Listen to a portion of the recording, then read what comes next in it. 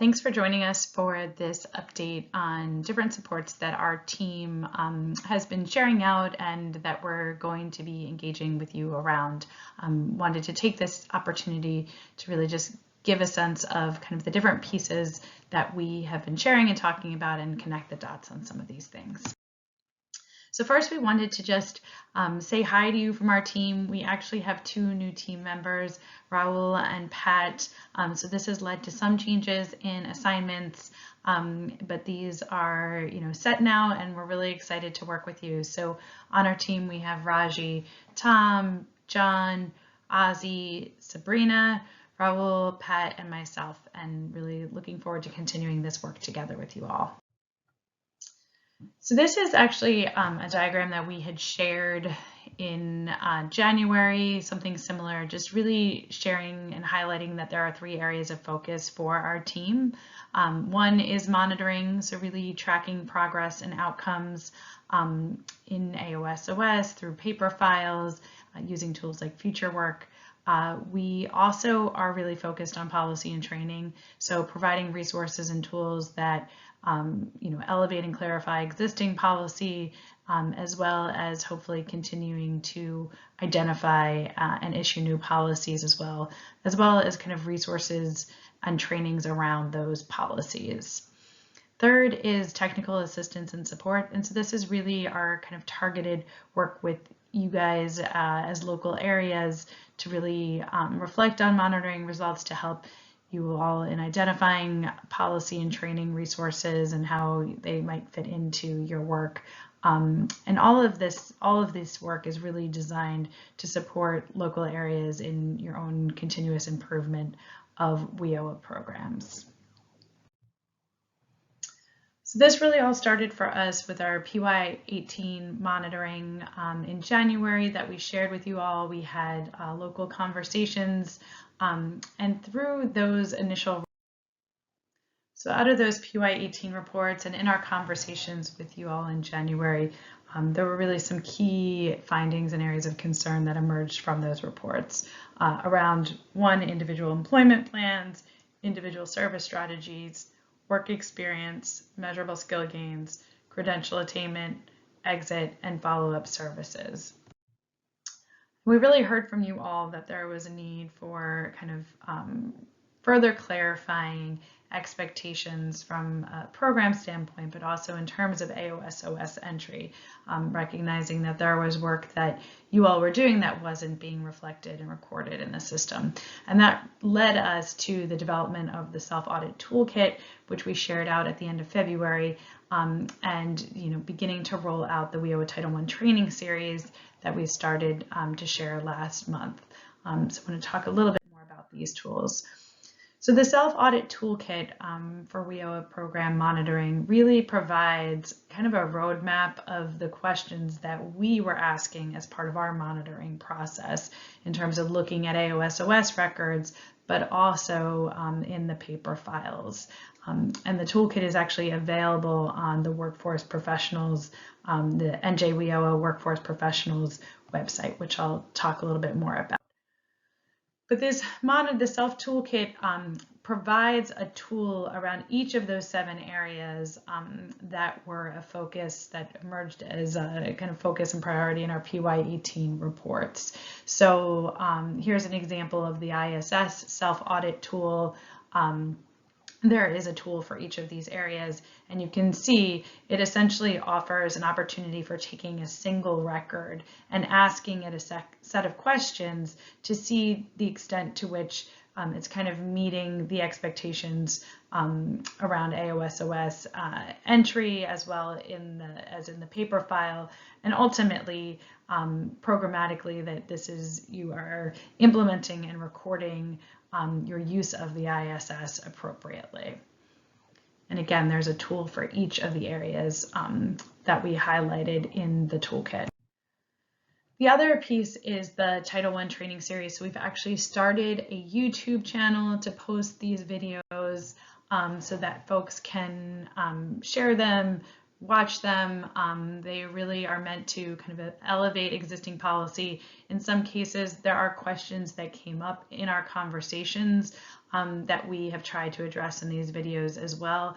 But we hope that these are another way to share kind of specific expectations around these key elements of WIOA. So we have issued training videos around the IEP, the ISS, measurable skill gain, and work experience. And we will be, there'll be another video around follow-up and exit coming out, as well as one around credential attainment. And these can all be found on our YouTube channel. We also encourage folks to hit the subscribe button to the YouTube channel, because this will actually let you know then when new videos get posted on that channel. So we're looking forward to communicating and sharing out resources in this way. So just so you all know where to find these, so if you Google NJ WIOA, you'll get to the WIOA website for the Department of Labor and Workforce Development.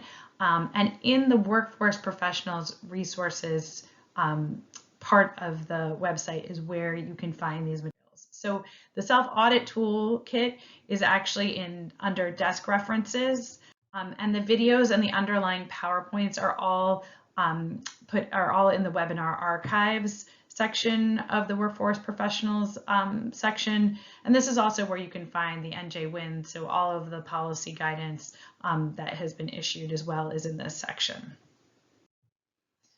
So the next piece is talking a little bit more about our Py19 monitoring.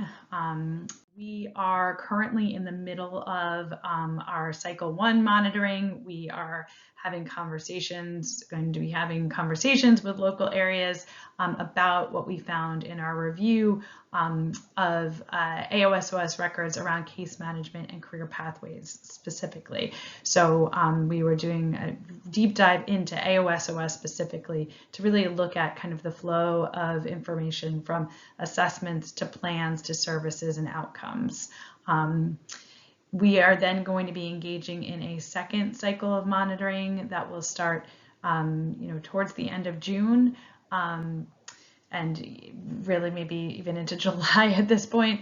But we are going to be focused on leveraging and coordinating partners and resources. So looking at things like referrals, supportive services, different MOUs, IFAs, to really get a sense of kind of what partnership looks like for your local workforce development board, and how you're leveraging those partnerships and additional resources.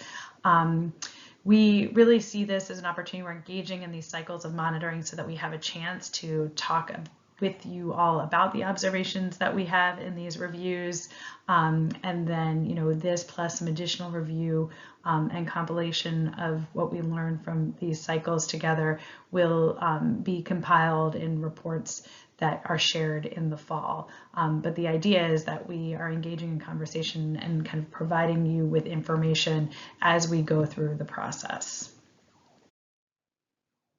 So just a little more about our case management and career pathways review specifically, since that's what we are in right now, is that we really are looking at this flow from assessment to plan development to the services that participants are engaged in, to training outcomes and employment outcomes, how exit fits in, as well as follow-up. And we have a set of key questions that we're looking at, as well as specific points of information that we're looking for in AOSOS, which honestly, a lot of this really ties to information that is in the self-audit toolkit as well.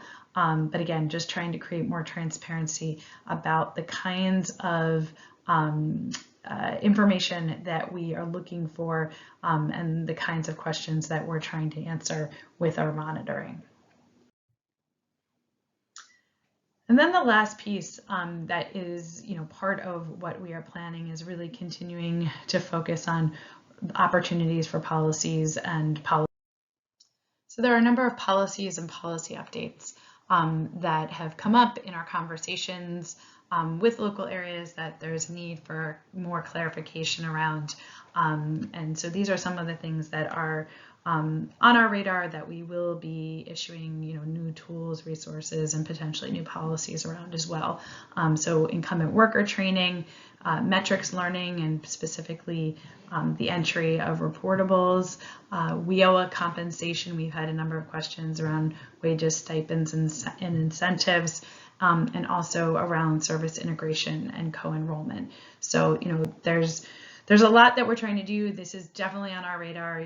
Give us some time, but these are, we want to get into a space of being able to issue the kind of policy and guidance that you all need.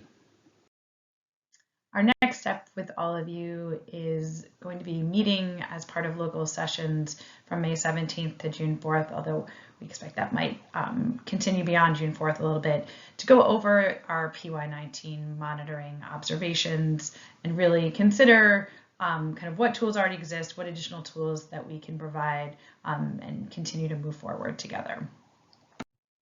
So in addition to sharing some of the things that we've been doing, we also wanted to share some tools that have come across our desks recently that we wanted to make sure you're aware of and highlight. So first is the Occupational Mobility Explorer, which is a tool that the Federal Reserve in Philadelphia has put out, which is a really helpful tool for looking at current careers that folks have and what potential next step careers could be and where there might be kind of the most mobility for them, not necessarily even in the same career pathway, but looking at other jobs where there's a lot of their transferable skills poise them well for those occupations.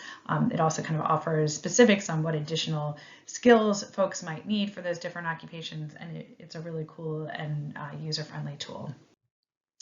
There's also another tool that was highlighted called the Career Ladder Identifier and Financial Forecaster that is forthcoming, coming out of the Federal Reserve Bank of Atlanta, that helps in working with participants who are on public assistance to help them kind of figure out how to balance seeking opportunities for career advancement with their current benefit levels and making sure that they kind of can maintain benefit levels while moving towards jobs that offer self-sufficiency. This is also from Metrics Learning, their career pathways tool that's available through Skill Up New Jersey now. And so essentially folks, when they log in, there's this career pathways tool where you rate yourselves across a number of different skills, and then it will help really identify in particular career pathways or particular career areas of interest where you personally might want to develop skills, and then recommend specific courses that fill some of those skill needs. And there's also a virtual job shadow tool that we were on a call with USDOL, their youth team, and they were highlighting work out of Pennsylvania and specifically a group in Philadelphia that really highlighted how much this virtual job shadow tool has been instrumental for them in working with youth during this period of virtual services. And so there's a number of videos here that bring it says bring real world careers to life, and it was very, very heartily recommended. We wanted to pass that on to you as well. And lastly, we also wanted to share there are some tools from Junior Achievement. Specifically, they have a virtual career expo that is launching May 20th. And is available for free and includes a whole bunch of different resources that young people can explore around careers. So this is our contact information as a team. Feel free to reach out to us individually. You can also always CC WIOA policy at dol.nj.gov as well. If you do have any questions about this, please reach out to your assigned monitor, or like I said, you can reach out to WIOA policy at dol.nj.gov as well. And we look forward to hearing from you and working together.